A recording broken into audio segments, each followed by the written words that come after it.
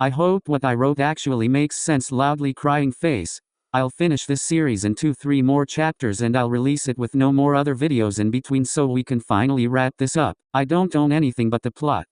What are you doing? Sakusa's voice cut through the quiet as his eyes landed on the brown-haired man perched on a chair by the window. Komori wasn't dressed for bed as he should have been, but in clothes that made it clear he'd gone out. A crease formed between Sakusa's brows. Did you sneak out again, Kyo? Komori turns with a grin, showing no trace of guilt about having gone out despite being told not to. It's cold, and you're not well. Shut the window and lie down before you make yourself worse. But Komori didn't comply as usual, so Sakusa gave in first, walking over to close the window himself. I heard something interesting from the common folks earlier. They say if you make a wish when you see a shooting star, it'll come true. That sounds stupid. You shouldn't believe in those things. Well, I do, and guess what? I did see a shooting star a few minutes before you came. Komori's excitement brightens his eyes. Want to know what I wished for? Sakusa only frowns, looking like he didn't want to hear it, though he couldn't say no outright. Komori understood, but he made Sakusa hear him out anyways. I wished to get better so that I could keep you company. That way you won't be bored to death burying yourself in work and grow up to be a boring old man. Komori puffs his chest out proudly. Your dear cousin, Matoya, will make sure you liven up a little if I'm still alive. That instantly makes Sakusa frown. Komori had been delicate since childhood, with the doctor saying that he would not live past 16. They'd all expected it, but that didn't make Sakusa ready. Sakusa wasn't going to let that happen. That's why he'd been burying himself through medical texts on top of his work, and losing sleep night after night to find a cure so that Komori might get better. Don't say that. Stop talking nonsense. But if I didn't get better, I wished for somebody who could stay with you no matter what. I don't need someone like that. Just stay alive, and that's enough for me. When Sakusa's eyes finally opened, his lids felt unbearably heavy. The room was still dark, somewhere between late night and early morning. The skin on his cheeks felt dry where tears had already fallen. Even in his dreams, the person who left him is still haunting him. He comes when he doesn't ask, and he leaves when he asks him to stay. What a joke. It would have been better if he never slept at all. Omi, Atsumu, who had been lying next to him, was already awake even before Sakusa woke up. The blonde looks over, worried, and saw tear stains on Sakusa's cheeks. Are ya okay? Sakusa wipes the tear stains from his cheeks with his right hand, saying nothing. The silence hung thick between them until Atsumu broke it for him. Komori, is Matoya right? The cousin ya mentioned about the other day. How did you know about that? Ya were calling him in your sleep. Your cousin, what kind of person was he? Normally, Sakusa would never answer such a question. Talking about it only stirred bitterness he'd rather bury, but with the gentleness in Atsumu's voice, he couldn't bring himself to stay silent. A fool. The word slips out harshly, and as memories clawed their way back, anger followed close behind. He was sick and went against my orders. Sakusa's mind drifts back to that night the intruders came. Every so often, there are stupid idiots who try to sneak in, thinking they can take the royal family's treasure or assassinate me. That night, Sakusa had been in Komori's room, urging him back into bed, when he noticed shadows slipping in just as he was shutting the window. It was the same window Komori always insisted on opening. He told Komori to lie down and rest, then stepped out to handle the intruders himself. I told him to stay put, to focus on recovering so that he'd get better. As usual, the fight hadn't been difficult. Sakusa struck swiftly, dropping each enemy as soon as they revealed themselves. Some of them were knocked out unconscious, and the others dead before they hit the ground. But just as the last one fell, Komori came running, eyes wide with worry, searching him for wounds, and asking if he was hurt. Unluckily, one knocked out person had gained consciousness, blade in hand, and had stabbed Komori from behind, but he got himself killed instead. Isn't that laughable? A low, bitter laugh slipped from Sakusa's throat. His hand went to his curls, tugging until his knuckles went white with restrained fury. I would have been fine without him there. I had everything under control. If he'd stayed in his room, he wouldn't have died like the fool he was. The vision burns in his mind as vividly as it did back then. His jaw locked so tightly it felt like his teeth might shatter. If he wanted to die so early, he should have said so. I would have sent him off myself. Atsumu's chest aches at the venom in Sakusa's voice. Behind the anger, Atsumu could clearly see the hurt, the grief,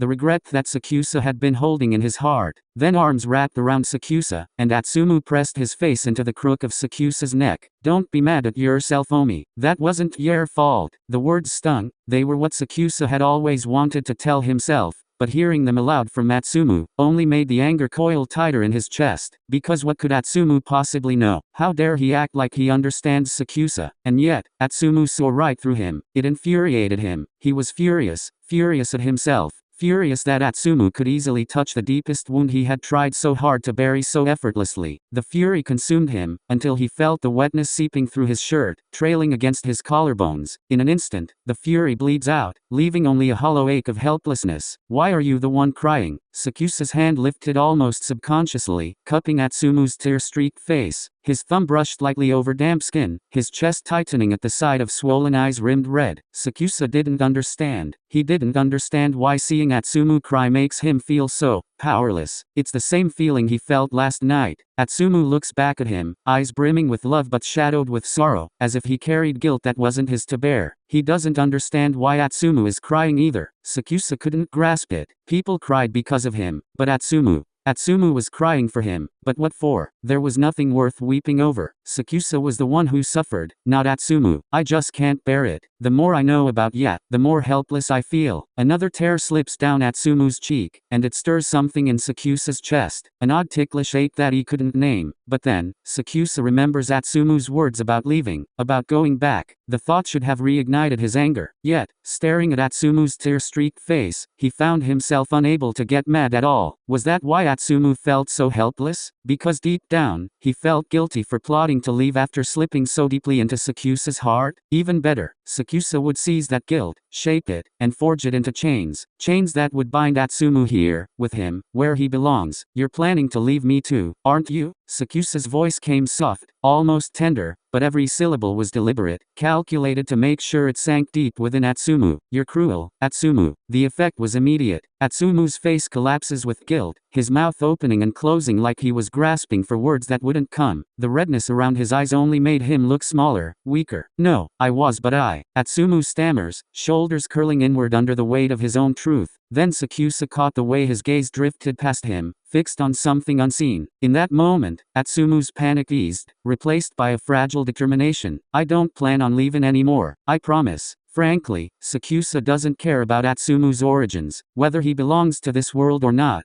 whether he's deceiving him, lying to him, or even if he were a spy. None of that matters. From the beginning, Sakusa already knew Atsumu had lied about falling in love at first sight. How could he? Sakusa had never once shown his face publicly. Even in town, he kept his mask on, never allowing anyone a glimpse. It was impossible. At first, Sakusa was just trying to figure out Atsumu's intentions. The nobles had been pestering him to marry, and since Sakusa found Atsumu physically attractive, the man's sudden confession was convenient. If Atsumu claims to love him, marriage would solve the nuisance. If a threat, Sakusa would simply kill him. But Atsumu was far too easy to read. His expressions were unguarded, his emotions laid bare for anyone to see. Even when fear or confusion flickered across his face, his body betrayed him. Flushed cheeks, trembling lips, or a smile that bloomed soft and wide whenever Sakusa showed him the smallest affection. Atsumu likely didn't even realize it, but his voice always softens with a tender lilt whenever he talks to Sakusa, and Atsumu's eyes are especially easy to see right through. The way his pupils dilates at the sight of Sakusa, the way Sakusa's reflection stood so clearly in those honey-brown depths, as if he were the only thing Atsumu could see. That love burned so raw and openly, so obvious that even strangers took notice. Even the Grand Duke had remarked upon it. So, Sakusa knows about how Atsumu really feels about him. Even now, Atsumu is looking at him like that too, eyes fixed so deeply on Sakusa that Sakusa can see himself reflected so clearly in it. I love Yaomi, I really do. Sakusa didn't expect to feel the same way, but somehow Atsumu had slipped past his defenses and burrowed straight into his heart. The problem is that there's something Atsumu is hiding from him. Sakusa was confident he could keep Atsumu here, even if it meant building a cage around him, but that was only physically. If there were forces beyond his reach, something spiritual or supernatural, then Sakusa couldn't stop him from leaving. Atsumu's condition of leaving must be tied to Sakusa somehow, but Atsumu either refused to or can't say it. But Atsumu must have a choice, and whatever that choice was, Sakusa had to ensure he was the only answer. Atsumu needs to fall entirely into his grasp. Sakusa will make Atsumu need him. That life without him would be unthinkable. Sakusa drew Atsumu until only a breath separated their lips. Convince me. Atsumu's heart, his body, his mind, his very soul.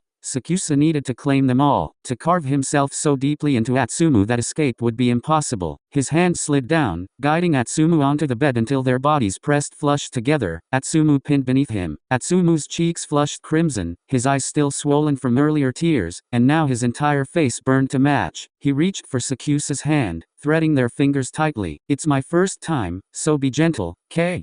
Atsumu tugs Sakusa down for a kiss, soft at first, then desperate, until clothing was stripped away, layer after layer, leaving nothing between them. It didn't take long before Atsumu was trembling, undone by every touch, reduced to a sobbing mess beneath him. And though there was a certain pleasure in seeing Atsumu fall apart like this, something about the tears stirs the same strange tickle in Sakusa's chest, the kind of ache that made him want to comfort, to soothe, though he had no idea how. Do you want to stop? Atsumu blinks, surprised, then let out a soft, hoarse laugh, his voice fragile from the night's intensity. Then he raises his free hand, brushing Sakusa's cheek in a gently, a faint smile lingering on his lips. Does it feel good for ya, Omi?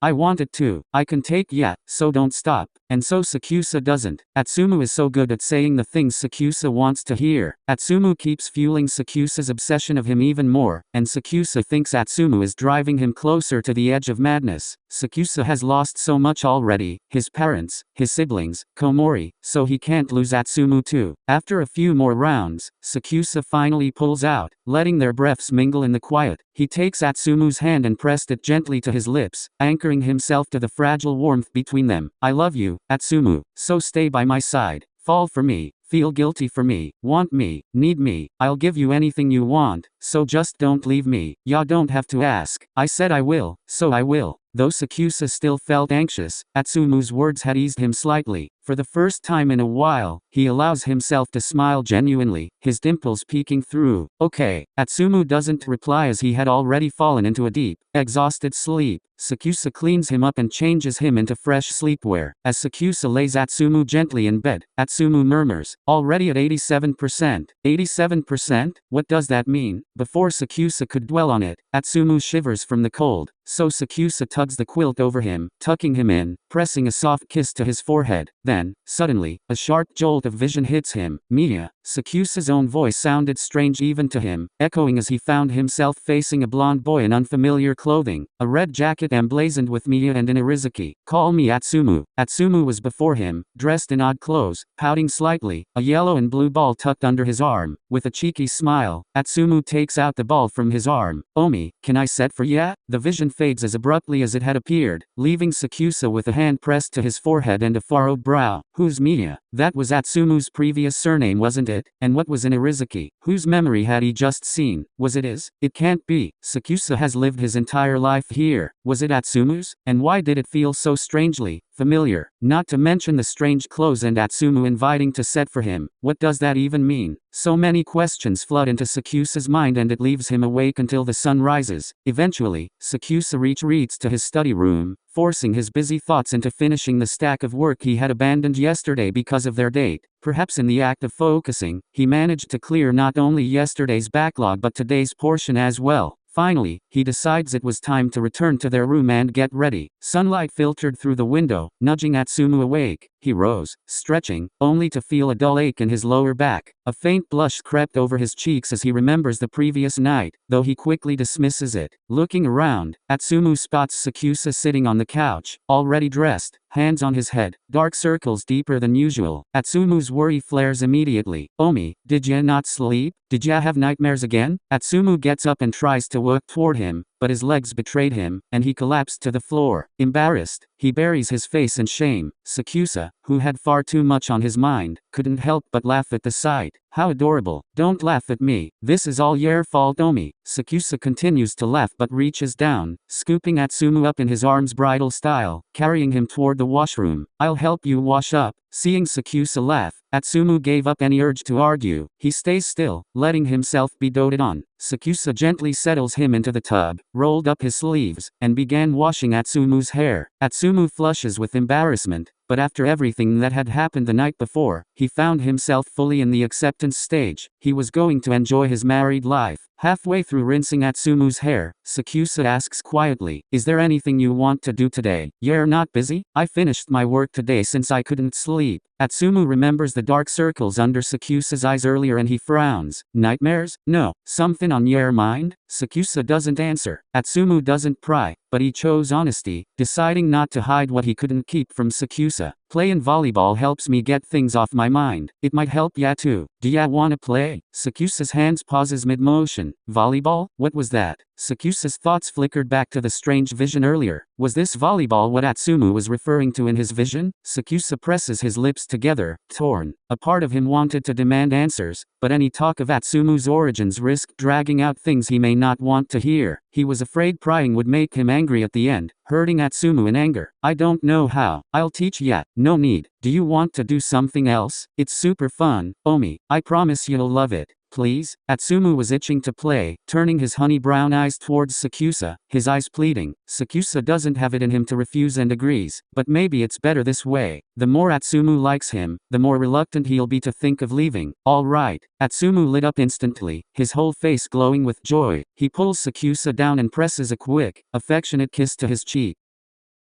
At Sakusa's request, the royal blacksmith forged the volleyball Atsumu had described. Several hours later, the ball was finished. It was round, with bold yellow and blue stripes. It looked strange, almost foreign, as if it didn't belong in this world at all. Somehow looking at it had made Sakusa's head ache a little. "I'm so excited to play." The two stood on the castle's open field, grass stretching wide beneath a late afternoon Sunday. Atsumu practically vibrated with joy, and Sakusa can almost see stars in his eyes from his excitement. "Omi, can I set for ya?" Sakusa's eyes widens at Atsumu's words. A sharp throb struck his head, worse than before, forcing his hand to his forehead. It's the same as the vision. What's this feeling of deja vu? Why is his head aching so much? What's wrong, Omi? Are ya not feeling well? "I'm fine. Hurry up and teach me how to play." Atsumu hesitates, wanting to check on Sakusa, but with Sakusa furrowing his brows even more, Atsumu swallows his concern. He sends one last worrying look to Sakusa before he complies. "I'll toss the ball, and ya just need to receive it." "Receive? It's to send in the ball back to me, but for now, ya can just try catching it." Sakusa feels rather lost with Atsumu's explanation, but he nods anyways as his headache subsides. Atsumu tosses the ball high into the air. Without thinking, Sakusa crouches low, arms forming a neat V as if his body had done this countless times before. The ball smacked against his forearms and shot back with perfect control, landing right in Atsumu's hands. Atsumu freezes, looking at Sakusa surprised. "How did ya know the right form to receive it?" Sakusa stares down at his own arms, confusion flickering across his features. Why does he know how to receive the ball? "I don't know." The two exchanged a bewildered look, neither able to digest what just happened. Atsumu eventually brushes it off and tosses the ball again. This time, though, Atsumu didn't bother coaching or guiding Sakusa, he simply tosses the ball and receives it back. Yet somehow, playing volleyball with Sakusa flowed seamlessly. The ball flew back and forth between them, each rally smoother than the last. Sakusa moved with startling precision, his body anticipating where to go and memorized movements he shouldn't know. Every dig, every pass came with flawless ease, his limbs acting on instinct before his mind could catch up. The more they played, the stranger Sakusa felt. After nearly an hour of uninterrupted rallying, Atsumu finally caught the ball, holding it against his hip as he studied Sakusa with a curious look. "Are ya sure ya haven't played before?" "No, I didn't even know what a volleyball was." "Ya must be a natural then." "No, this wasn't natural. His movements felt like muscle memory. Why does his body know how to play?" Now, Sakusa has even more questions with such a weird phenomenon happening. Sakusa's head was throbbing again, and the pain was getting worse, like his head was splitting open. Atsumu notices it instantly, worry flashing across his face. "Omi, what's wrong?" At the pain, Sakusa staggers a step back. Images burst behind his eyes, blinding stadium lights, the roar of a crowd, a ball spinning toward him, and then, as quickly as they came, the vision scatters, leaving only the ache and his confusion. What in the world was that? "Nothing.